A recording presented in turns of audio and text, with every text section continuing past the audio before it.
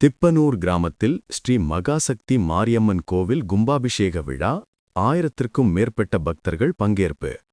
கிருஷ்ணகிரி மாவட்டம் போச்சம்பள்ளி அடுத்த திப்பனூர் கிராமத்தில் ஸ்ரீ மகாசக்தி மாரியம்மன் கோவில் புதியதாக கட்டப்பட்டது.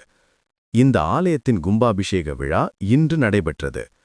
இன்று அதிகாலை முதல் நாடி சந்தானம், 2ஆம் கால யாக பூஜை, ஸ்பர்ஷாஹூதி பூஜை, பூர்ணாஹூதி பூஜை, தீபாராதனை, யாத்ராதானம், கிரகப்பிரீதி, கடம்பரப்பாடு ஆகிய தீபாராதனைகள் நடைபெற்றது.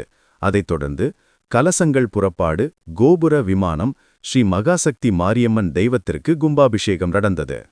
புழியம்பட்டி, மயிலம்பட்டி, திப்பனூர், இந்திராபுரி, அங்கம்பட்டி, போச்சம்பள்ளி ஆகிய பகுதிகளிலிருந்து 1000க்கும் மேற்பட்ட பொதுமக்கள் கும்பாபிஷேக விழாவில் கலந்து கொண்டு கடவுளின் ஆசையை பெற்றனர். பொதுமக்கள் அனைவருக்கும் அன்னதானம் வழங்கப்பட்டது. போச்சம்பள்ளி காவல்துறையினர் விழாவிற்கு பாதுகாப்பு அளித்தனர். விழா ஏற்பாடுகளை ஊர் மூப்பர் ரமேஷ், காசிநாதன் மற்றும் ஆசிரியர் அன்பு உள்ளிட்ட கிராம மக்கள் ஏற்பாடு செய்திருந்தனர்.